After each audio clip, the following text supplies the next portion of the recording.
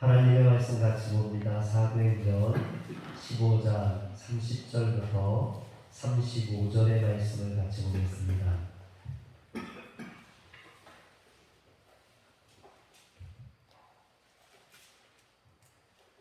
제가 갖고 있는 성경은 신약성경 214면에 나와 있습니다.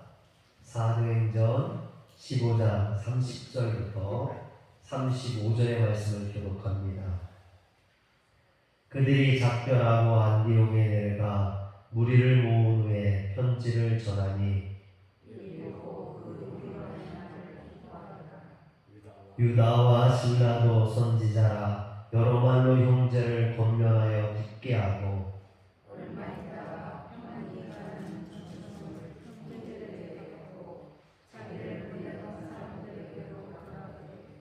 바울과 바나바는 안디옥에서 유하며 수도한 다른 사람들과 함께 주의 말씀을 가르치며 전파하니라.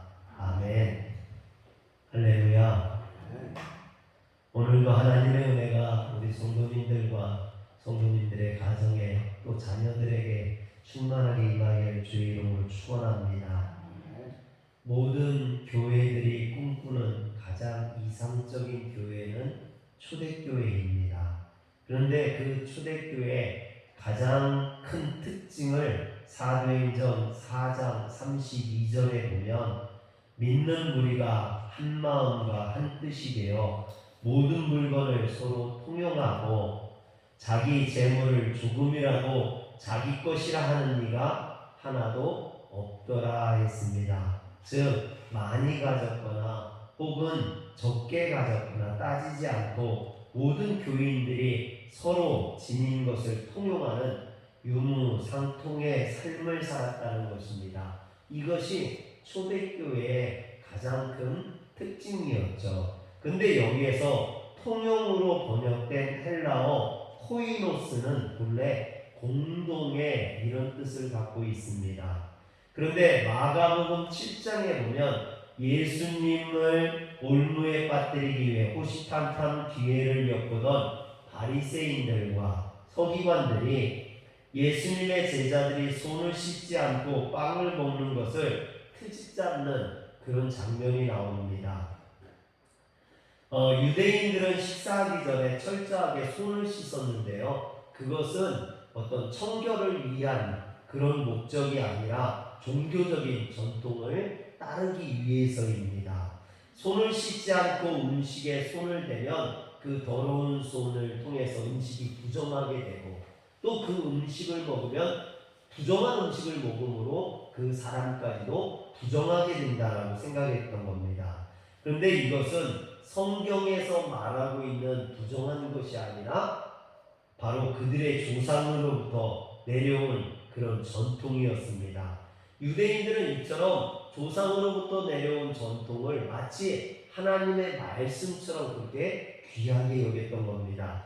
그래서 예수님의 제자들이 손을 씻지 않고 빵을 먹자 이것을 좋은 시기거리가 되었던 것이죠. 그래서 마가복음 7장 5절의 말씀을 보면 이에 바리새인들과 서기관들이 예수께 묻되 어찌하여 당신의 제자들은 장로들의 전통을 준행하지 아니하고 부정한 손으로 떡을 먹나이까 그렇게 질문했던 거죠. 여기에서 부정한 손 할 때 부정한이라는 말도 코이노스예요. 여러분 아까 통용 또는 공동의 이런 뜻을 가진 것도 코이노스였는데 마가복음 7장 5절에서 부정한으로 사용된 것도 코이노스입니다. 이 코이노스라는 말은 부정한이라는 뜻 말고도 더러운, 본래는 더러운이라는 뜻을 가지고 있어요. 즉 사도행전 4장 32절에 공동의 뜻으로 사용된 말도 코이노스고 마가복음 7장 5절에서 더러운으로 사용된 말도 코이노스라는 거죠. 여러분 그렇다면 이 어떻게 이 코이노스라는 한 말 같은 말 안에 공동의 이런 뜻과 더러운 이런 뜻이 함께 있을 수 있을까요? 비슷한 말도 아니잖아요. 공동의 라는 말과 더러운이라는 말은 전혀 다른 말 아닙니까? 근데 어떻게 이런 뜻이 같이 담길 수 있을까요? 그것은 누구든지 자기 물건을 자기 혼자만 쓰면 그 물건을 깨끗하게 잘 쓸 수가 있어요. 저희 집에도 보면 제가 쓰는 물건들은 깨끗하게 잘 써요. 그런데 아이들하고 함께 쓰는 물건들은요, 지저분해요. 이 정신이 없어요. 애들은 정리가 안 되고 그것을 깔끔하게 쓰지 못해요. 엉망으로 써요. 선크림도 제가 쓰는 건요, 깨끗하게 잘 쓰는데 애들이 쓰는 건 막 다 지저분하게 발라놔요. 그래서 이 공동으로 쓴다는 거, 또 그 공동으로 쓰는 게 사람이 많으면 많을수록 그 물건들은 깨끗하게 쓸 수 없어요. 그래서 학교나 또는 교회나 이런 데서 공동으로 사용되는 물건들은 깨끗하지 못하고 더러운 경우가 많다는 거죠. 그런 의미에서 공동의 라는 이 코이노스가 그 안에는 더러운이라는 뜻을 담고 있는 거예요. 함께 쓰는 그런 물건들은 더럽다라는 것이죠. 그런데 이런 코이노스에서 파생된 말이 코이노니아예요. 여러분, 코이노니아라는 말은 많이 들어보셨죠? 무슨 뜻입니까? 코이노니아라는 말은 친교, 교제 이런 뜻으로 쓰여지는 말이에요. 그러나 단순히 친교나 교제보다는 훨씬 더 깊은 의미가 있죠. 거기에는 물질이나 마음까지도 함께 나누는 참된 교통, 그것을 코이노니아라고 합니다. 그러므로 내가 누군가와 교통하는 코이노니아의 삶을 산다는 것은 그 사람과 공동의 삶을 추구하는 것이요, 공동의 삶을 추구한다는 것은 자신의 인생에 그 사람의 인생때를 묻히는 것, 즉 그 사람의 손때를 묻히는 것을 의미한다는 거죠. 공동으로 코이노니아의 삶을 산다는 것 이처럼 내 삶에 내 것을 그 사람과 함께 나눈다라는 의미가 들어있다라는 거죠. 여러분, 반대로 그런데 자기 것을 남과 쓰기 싫어, 내 건 내 거야, 다른 사람이 쓰는 거, 다른 사람이 만지는 거, 다른 사람들이 함께하는 거 싫어, 그런 사람들은 코이노니아의 삶을 살 수 없다라는 거죠. 여러분, 함께 살려면 어떻게 해야 됩니까? 나눠야 된다는 거예요. 내 것도 그 사람이 써도 허락해야 되는 거예요. 이건 내 거니까 안 돼! 그러면 이 코이노니아의 삶을 살 수 없다는 거죠. 오늘 우리는 코이노니아의 삶을 사는 성도들입니다. 그러기 위해서는 함께 나눌 수 있어야 된다는 거죠. 내 것을 내어줄 줄 아는, 내 것을 양보할 줄 아는 그런 마음을 가져야만 한다는 겁니다. 그래서 오늘 우리가 초대교회와 같이 진정한 교제, 교통, 나눔의 삶, 코이노니아의 삶을 살기 위해서는 다른 사람들의 손때를 묻히는 코이노스 하기를 주저하지 말아야 된다는 거예요. 내 삶이 더러워지는 것을, 내 물건들이 더러워지는 것을 용납할 수 있어야만 코이노니아의 삶을 살아갈 수 있다는 겁니다. 여러분, 룻기에 보면 이 룻기라는 것은요, 청산 과부가 된 이방 모압 여인 룻이 자기 나라와 민족을 떠나서 시어머니 나오미의 나라로 가가지고 시어머니를 봉양함으로 하나님의 축복을 받아 보아스를 만나 행복한 가정을 이루고 자녀로 오벳을 낳았다는 그런 이야기입니다. 그러나 룻이 애초에 시어머니의 권유를 따라서 자기 고향, 자기 친척, 자기 민족, 자기 가족에게로 돌아갔다면 모압 땅에서 새로운 사람을 만나서 살았겠죠. 그렇지만 그러고 그의 인생은 끝나고 말았을 겁니다.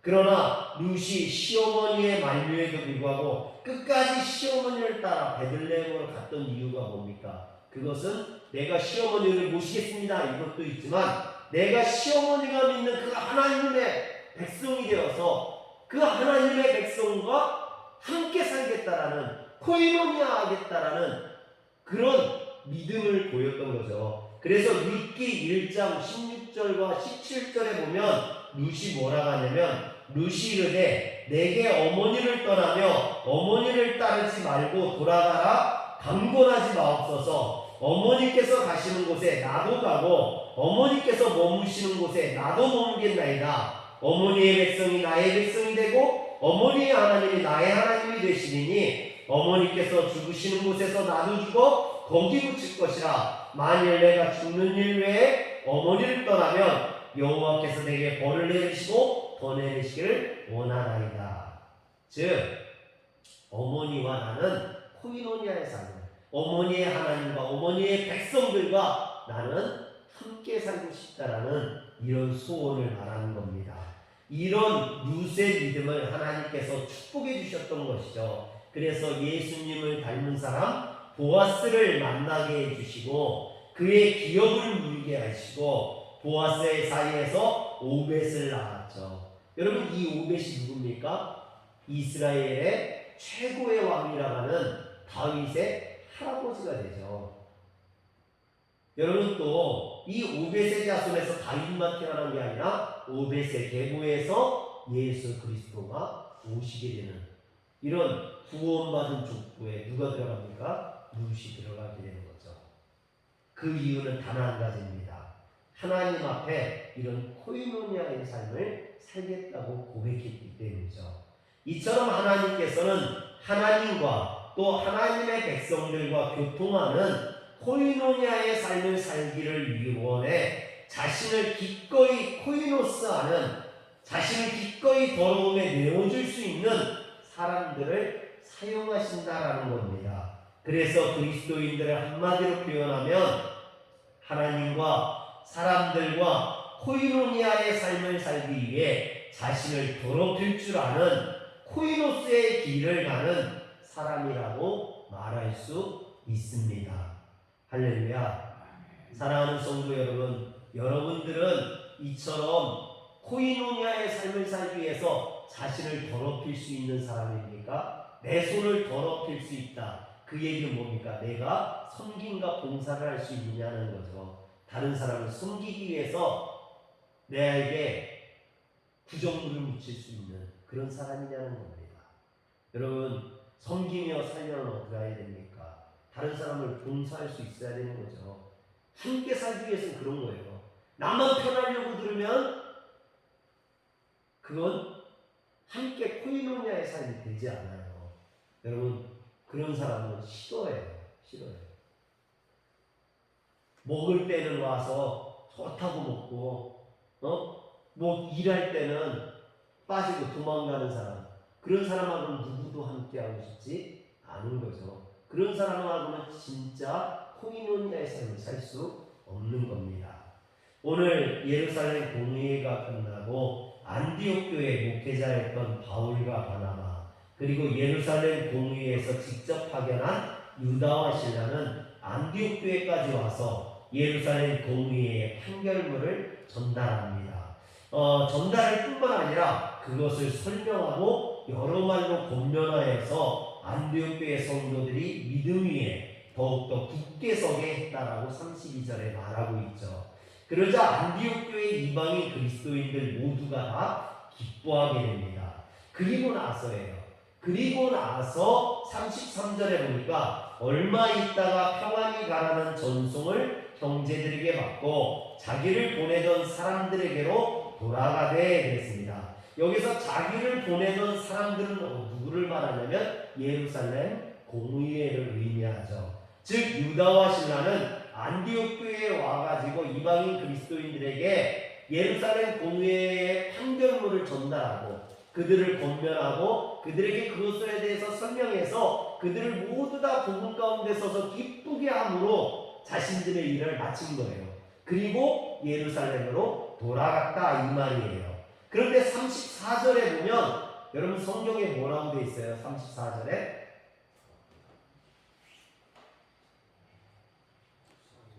뭐라고 되어 있어요? 없음 이렇게 되어 있죠. 없음. 34절이 없다라는 거예요. 그런데 34절에 없음 앞에 갑주가 붙어 있죠. 그리고 그 갑주의 권을 뭐라고 되어 있어요? 어떤 사본에 34절 신라는 그들과 함께 유하게를 작정하고 가 있고, 또 35절 바울과 바나바도 라 하였음, 이렇게 되어 있죠. 여러분 이 얘기가 뭐냐면은 34절에 우리가 가지고 있는 성경에는 없음이라고 되어 있지만 어떤 사본에 보면은 거기에 뭐라고 되어 있냐면 신라는 그들과 함께 유하게를 작정하고가 들어있다라는 거예요. 지금 우리가 가지고 있는 성경은요, 이게 원본이 아니에요. 사본들이라는 거죠. 원본은 어떤 건지 없어졌어요. 원본 자체가 없어졌어요. 그래서 사본들만 가지고 있는 거죠. 그렇다면 사본들 중에 어떤 게 원본에 제일 가까울까, 이것을 평가해야겠죠.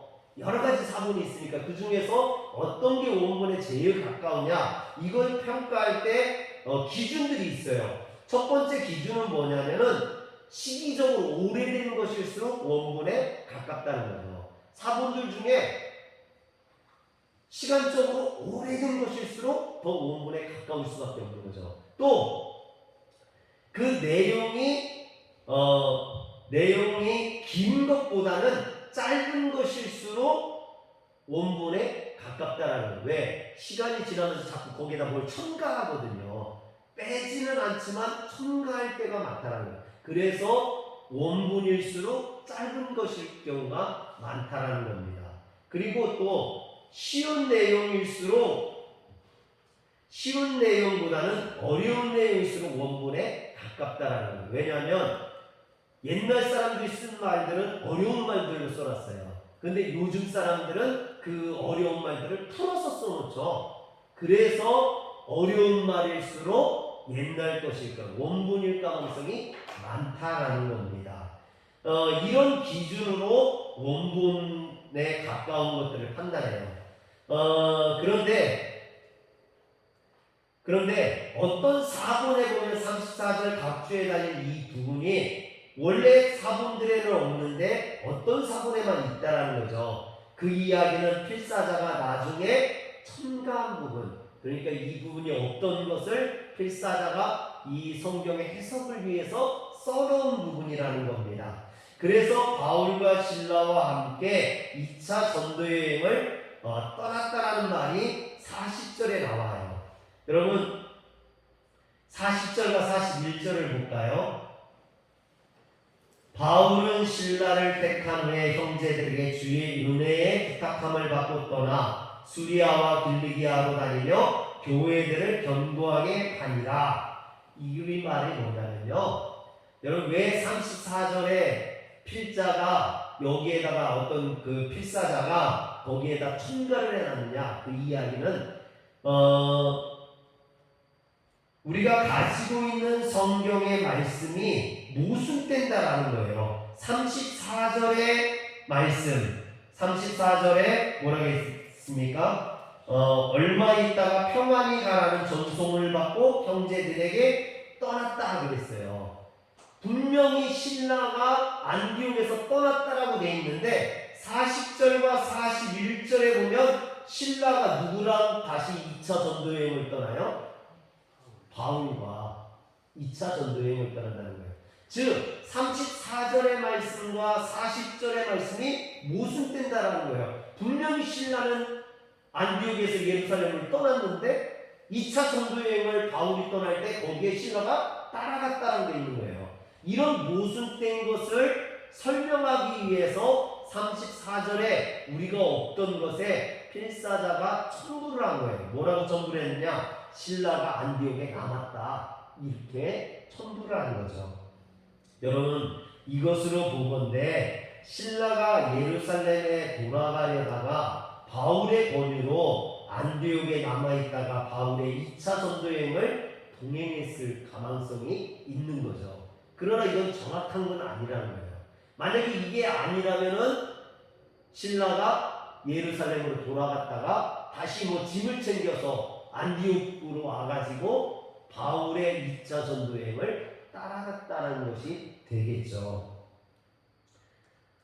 그런데 여러분 여기에서 저는 한 가지 의문이 들어요. 지금 신라는 예루살렘으로 가잖아요. 그런데 바울이 2차 전도여행을 갈 때 왜 하필 신라를 데리고 갔느냐라는 얘기예요. 신라는 안디옥 교회 성도도 아니고 예루살렘에 있는 사람인데, 여러분 안디옥 교회 안에도 성도들이 많이 있었어요. 많은 성도들이 있었어요. 그리고 예루살렘에도 또 많은 성도들이 있었어요.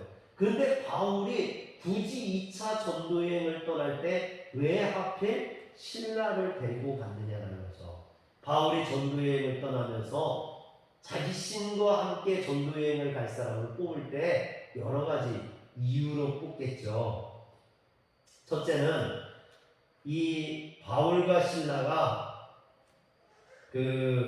안디옥 교회에 파송을 받기 때문에 안디옥 교회 교인들이 아는 사람이어야겠죠. 그래야 안디옥 교회에 파송을 받을 거 아닙니까? 교회에서 모르는 사람을 파송해 주진 않잖아요. 그러니까 안디옥 교회 교인이거나 아니면 안디옥 교회 교인들이 아는 사람이 전도여행을 떠나야겠죠. 또 그들이 1차 전도여행 때 어려움을 겪었던 이유 중에 하나는 유대인들, 예루살렘 유대인들이 바울과 바나바를 인정해주지 않음으로 어려움을 겪었어요. 그렇기 때문에 이 바울이 2차 전도여행에서는 예루살렘 교인들이 아는 사람이면 더 좋겠죠.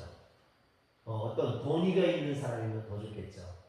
그래서 그런 예루살렘 교회에 영향력 있는 사람이라면 초대교회나 유대인 그리스도인들의 핍박이나 소모적인 논쟁을 피하는 데 도움이 될 겁니다. 두 번째는 그런 면에서 예루살렘 교회 지도자나 사도면 더 좋았겠지만 그보다 더 중요한 건 뭐냐면요, 이방인들에게 복음을 전하러 가기 위해서는 첫째로 이방인에 대한 열린 마음, 즉 이방인에 대한 거부감이 없는 사람이어야 된다는 거죠. 유대인들은 이방인에 대한 거부감들이 많았어요. 그렇기 때문에 예루살렘에 있는 성도들이나 사도들을 데리고 가고 싶어도 이 부분이 걸린 거예요. 이방인에 대한 거부감. 또 한 가지는 이방인들에게 복음을 전하려면은 이방인들의 말을 할 줄 알아야겠죠. 헬라어를 할 줄 알아야 된다는 거예요. 여러분, 지금 예루살렘에 있는 사람들은 아람어를 사용했어요. 아람어를 주어로 사용했기 때문에 헬라어를 할 줄 몰랐어요. 그런 사람들이 복음을 전할 수는 없는 거죠. 이방인의 말을 할 수 있는 사람. 그리고 마지막으로는요, 복음을 전도함에 있어서 사명감과 책임감 있는 사람이 필요했다는 거예요. 왜냐하면 1차 전도여행 때도 마가가 버가에서 도망가 버렸잖아요. 전도여행을 하다가 힘드니까 어려우니까 포기하고 도망가 버렸다는 거죠. 2차 전도여행에도 그런 일이 벌어지면 안 되겠죠. 그래서 사명감 있는 사람, 자기 일에 책임감을 가지고 일할 수 있는 사람. 그런데 여러분, 사람이라는 게 볼 때는 그냥 이렇게 보면 다 좋아 보여요. 근데 가까이 지내다 보면 단점이 보이죠. 사람이 겉으로 보는 것과 속이 다르다라는 거예요. 그래서 바울은 자신이 직접 경험한 사람이 아니면 데리고 가기가 어려웠던 것이죠. 여러분, 이런 면에서 신라를 바울이 선택했던 이유는 신라가 그 모든 조건을 다 만족하기 때문입니다. 왜냐하면 신라는요, 예루살렘 공회에서 안디옥 교회에 파송한 사람이에요. 예루살렘 교회에서 권위가 있는 자였다라는 것이죠. 뿐만 아니라 예루살렘 공회에서 파견을 받아서 안디옥 교회에 와서 편지를 전달하고 그들을 권면함으로 복음 가운데 그들을 굳게 서게 했던 사람이에요. 그런 안디옥 교회와 안면이 있고 안디옥 교회에 은혜를 베풀었던 그런 사람들이기 때문에 이 신라는 예루살렘 교회와도 안면이 있지만 안디옥 교회와도 안면이 있고 예루살렘 교회에서 권위가 있을 뿐만 아니라 안디옥 교회에서도 권위가 있는 사람이었다는 거죠. 또 예루살렘 공의회가 이방인들에게 편지를 전하는 일을 신라에게 맡겼다는 것은 그만큼 신라가 이방인들에 대해서 거부감이 없는, 또 헬라어를 할 줄 아는 사람이었다는 거예요. 언어 부분이 되었다는 거죠. 그렇기 때문에 이 신라는 이방인들에게 복음을 전하는데 최적화된 사람이었다는 겁니다. 뿐만 아니라 복음에 대해서도 잘 알고 있었던 사람이죠. 그래서 안디옥 교회 성도들을 권면해서 그들을 본 가운데 세울 수 있는 사람, 이방인들을 전도하고 복음을 전할 줄 아는 그런 능력을 가진 사람이었다라는 겁니다. 또 이 바울과 신라는요, 예루살렘 공의회가 끝나고 안디옥까지 480km를 같이 여행을 했죠. 이 여행을 통해서 바울은 신라가 책임감 있는 사람, 사명감 있는 사람, 자신에게 맡겨준 일, 뭐 생각해보면 별 볼 일 없는 일 아닙니까? 예루살렘 공의회에 편지를 전달하는, 어떻게 보면 우편배달부와 같은 그런 역할이었지만 신라는 그것에 만족하지 않고 그것을 전하고 복음을 권면함으로 안디옥에 큰 기쁨을 줄 수 있는 그런 책임감 있는 사람이었다는 거죠. 그래서 바울이 이 신라를 자신의 2차 전도 여행의 동역자로 삼게 됩니다. 그런데 바울이 이 신라를 전도 여행의 동역자로 삼는 데는 어떤 이유가 있죠. 그게 뭡니까? 바울과 바나바가 갈라서게 됩니다. 2차 전도 여행을 앞두고 마가의 문제로, 그러니까 바나바는 마가와 사촌지간이었죠. 그렇기 때문에 마가에게 다시 한번 기회를 줘서 마가를 데리고 가야 된다라고 이야기하는 반면에 바울은 안 된다는 거죠. 왜? 마가가 자신의 책임을 다하지 않고 어렵다고 도망갔던. 또 한 가지는 뭐냐면 바울이 마가를 안 된다고 이야기했던 부분 중에 하나가 그거예요. 마가는 코이노니아, 이방인들에게 복음을 전한 이 코이노니아를 하기에는 자신을 희생하지 못한다는 거예요. 왜? 마가가 부잣집 외아들로 자랐기 때문에 대접받는 데는 익숙하지만 대접하는 데 익숙하지 않다라는 거죠. 그래서 바울은 마가를 동행하는 것을 반대합니다. 그래서 바나바와 갈라서게 되고 바울은 마가나 바나바가 아닌 신라를 데리고 2차 전도 여행을 떠나게 되는 겁니다. 그런데 여기에서 한 가지 질문할 게 있어요. 왜냐하면 오늘 예루살렘 공의회의 편지를 가지고 온 사람이 신라 한 사람만이 아니었다는 거죠. 누가 있습니까? 유다도 있다는 거예요. 유다와 신라가 같이 왔죠. 그렇다면 성경에 보면 항상 유다와 신라를 이야기할 때 유다를 먼저 이야기하는 걸 보게 돼요. 여러분, 그 얘기는 유다가 신라보다 더 어른이라는 거예요. 뿐만 아니라 이 유다를 가리켜서 22절에 보면 인도자라고 되어 있어요. 인도자. 그만큼 예루살렘 교회에서 유다가 인도자였다는 얘기예요. 직분이 높은 직책의 사람이었다라는 거죠. 이것을 봤을 때 신라보다 유다가 더 직분적이냐, 연령적으로나 서열적으로 위의 사람이라는 거예요. 그렇다면 바울이 전도여행을 떠날 때 누구에게 먼저 부탁해야 됩니까? 유다에게 부탁해야 되거든요. 유다와 함께 가는 게 더 이문이거든요. 그런데 왜 유다가 아닌 신라와 갔을까요? 그것은 바로 코이노스의 문제예요. 유다는 어른으로서 섬기기보다는 섬김을 받는 데 더 익숙한 사람이었다는 거죠. 여러분, 그에 비해서 신라는 섬길 줄 아는 사람, 자신을 더럽힐 줄 아는, 즉 나를 낮춰서 숨길 줄 아는 사람이었다는 겁니다. 여기에 유다가 아닌 신라를 선택한 이유가 저는 있다고 봅니다. 사랑하는 성도 여러분, 오늘 우리 교회가 초대교회처럼 코이노니아를 이룰 수 있는 참된 공동체가 되려면 누군가 섬김의 사람이 있어야 되는 거예요. 코이노스 할 수 있는 사람이 있어야 되는 거죠. 자신의 손을 더럽혀서 섬길 줄 아는 사람이 있어야 되는 겁니다. 여러분, 사람들이 모이는 자리는 언제나 섬김의 사람이 있어야만 그 공동체가 유지가 돼요. 밥을 사주든 아니면 음식을 만들든 아니면 청소를 하든 이런 것들을 할 줄 아는 사람, 누군가가 감당하지 않으면 그 공동체는 유지할 수가 없게 되는 거예요. 제가 고향교회에 몇 년 전에 추석 때 가가지고 고향교회 갔는데 고향교회 마당에 풀이 잔뜩 한 거예요. 고향교회가 풀숲이 됐어요. 제가 다닐 때만 해도 청년들이 다 풀을 뽑고 관리를 하고 막 그랬었는데 누구도 관리를 하지 않아서 풀숲이 되는 거예요. 그걸 보면서 제가 안타까웠어요. 교회가 방치되고 이 교회에 주님을 위해 섬기는 사람들이 없구나. 여러분, 누군가의 섬김, 코이노스가 없으면 코이노니아는 있을 수가 없다는 겁니다. 오늘 우리의 섬김이, 우리의 수고가, 우리의 손을 더럽히는 것이 하나님의 나라를 세우고 교회를 세우고 우리 가운데 하나님의 축복과 영광을 이루는 줄 믿으시길 바랍니다. 하나님은 그런 사람을 쓰신다는 거예요. 신라와 같이 자신의 손을 더럽힐 줄 아는 사람, 섬길 줄 아는 사람, 그런 사람을 쓰시고 그런 사람을 축복하시는 줄 믿으시길 바랍니다. 기도하겠습니다. 전능하신 하나님, 유다와 신라도 순실하게 자라겠습니다.